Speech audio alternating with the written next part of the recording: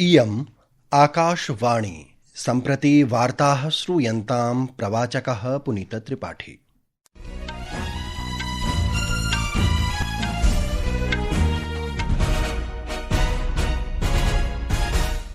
आदौ मुख्याः वार्ताः।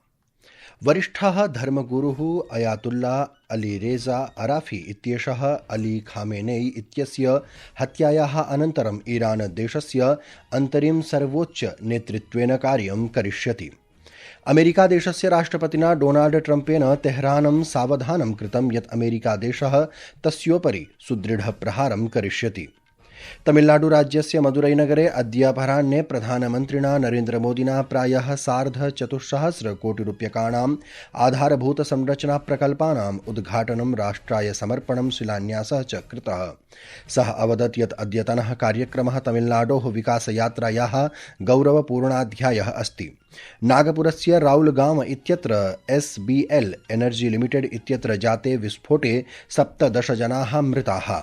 अपि च ICC पुरुषाणां 20x20 विश्वचषक स्पर्धायाम् अद्य सायंकाले कोलकातानगरस्य ईडन गार्डन्स इत्यत्र अन्तिम उत्कृष्टाष्ट क्रीडायां भारतं वेस्टइण्डीज दलं सम्मुखीकरिष्यति।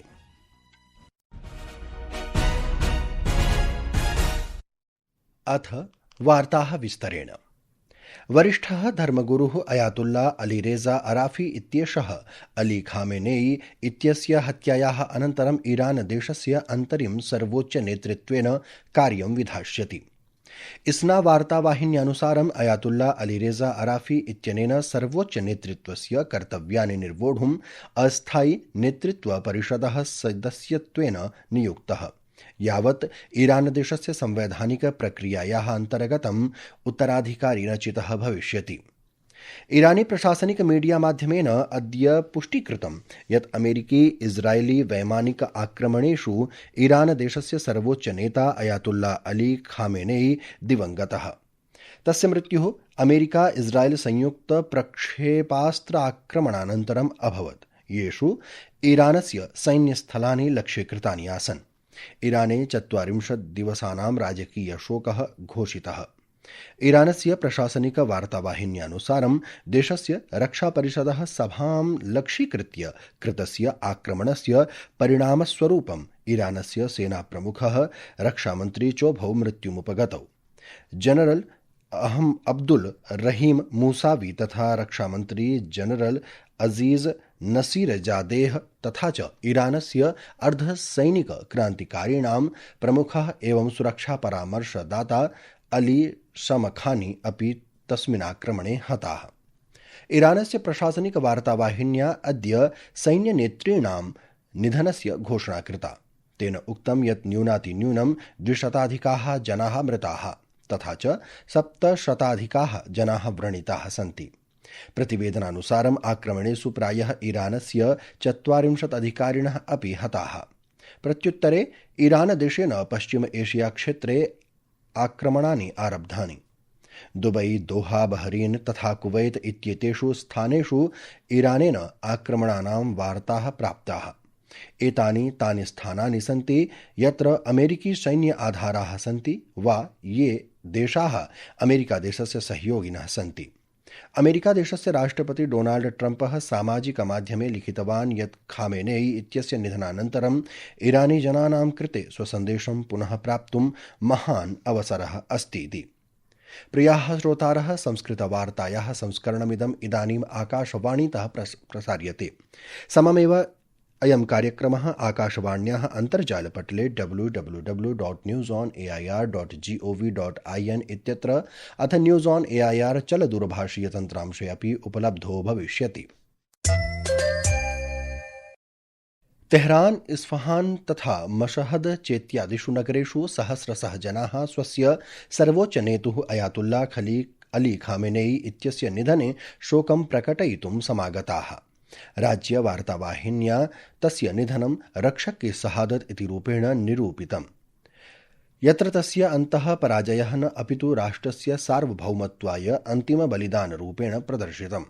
नागरिकाः पवित्रस्थानेषु श्रद्धाञ्जलिम् अर्पयन्ति तथा च आक्रमणानां विरोधं कुर्वन्ति, यतः ईरान देशः नेतृत्वपरिवर्तनाय वर्धितराष्ट्रिय सुरक्षायै च सज्जः अस्ति।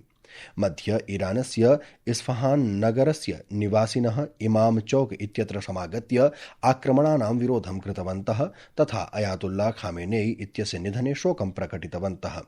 पूर्वोत्तरदिशि स्थिते मशहद नगरे शोकाकुलाः जनाः स्वस्य दिवंगतनेतारं श्रद्धाञ्जलिं प्रदातुम् इमाम रजा पवित्र तीर्थस्थले समागताः। अमेरिकादेशस्य राष्ट्रपतिना डोनाल्ड ट्रम्पेन तेहरानं सावधानं कृतं यत् अमेरिकादेशः तस्योपरि सुदृढप्रहारं करिष्यति इति।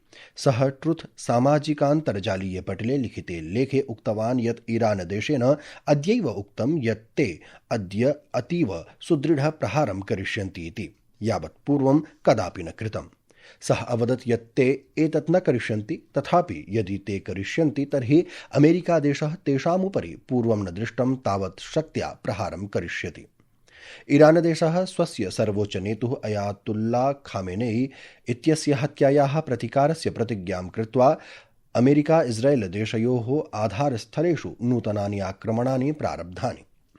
तमिलनाडु राज्यस्य मदुरै नगरे अद्य अपराह्ने प्रधानमन्त्रिणा नरेन्द्रमोदिना प्रायः 4,50 कोटिरूप्यकाणाम् आधारभूतसंरचना प्रकल्पानाम् उद्घाटनं राष्ट्राय समर्पणं शिलान्यासः च कृतः। एतासु परियोजनासु कुम्भकोणं, येरकाड, वेल्लोर इत्येतेषु स्थानेषु 3 नूतनानि आकाशवाणी FM प्रेषित्रायन्त्राणि सन्ति। एतानि प्रेषित्रायन्त्राणि क्षेत्रीय प्रसारस्य विस्तारं करिष्यन्ति, अविरामं FM प्रसारणं सुनिश्चितं करिष्यन्ति। राज्यस्य बहुविध मण्डलेषु सार्वजनिक प्रसारण सेवां प्रसारणम् अपि वर्धिष्यति। NDA दलस्य जनसभां सम्बोधयन् प्रधानमन्त्री अवदत् यत् अद्यतनः कार्यक्रमः तमिलनाडु राज्यस्य विकासयात्रायाः गौरवपूर्णाध्यायः अस्ति। We have laid foundation stones, inaugurated and dedicated to the nation projects worth over 4,400 crore rupees. These projects will transform connectivity, boost the economy, create jobs and transform lakhs of people's lives. Better roads for farmers to reach markets, easier travel for pilgrims and tourists, faster transport for businesses. Building high quality infrastructure is about empowering people. प्रधानमन्त्री तिरुप्पारन् कुन्द्रम नगरस्य अरुलमिगु सुब्रह्मण्यम स्वामी मन्दिरे अपि दर्शनं पूजां च विधास्यति।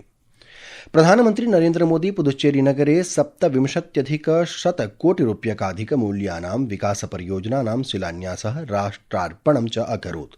प्रतिव्यक्ति आयस्य वृद्धिं देशे च सर्वोच्च सामाजिक सूचकाङ्क प्राप्तिं दृष्ट्वा प्रधानमन्त्रिणा पुदुच्चेरी प्रदेशस्य प्रशंसा कृता।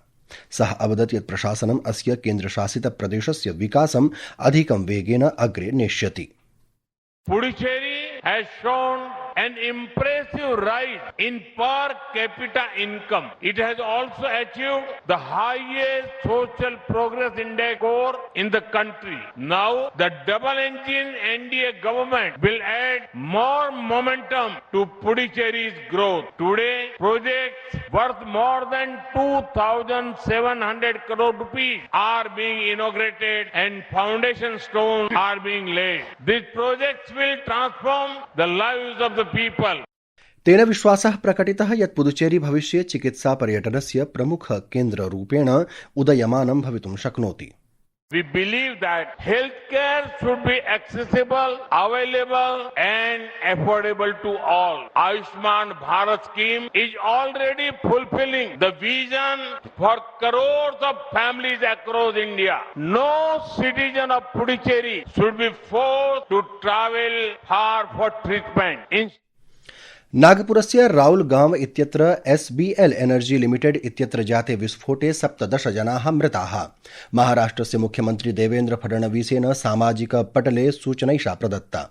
विस्फोटनानन्तरं महती अग्निप्रकोपः अभवत्। अस्यां घटनायां 18 कर्मचारिणः व्रणिताः। राष्ट्रिय आपत्प्रतिक्रियाबलस्य राज्यापत्प्रतिक्रियाबलस्य च दलानि तत्र आगतानि सन्ति। उद्धारकार्याणि च तीव्रवेगेन प्रचलन्ति।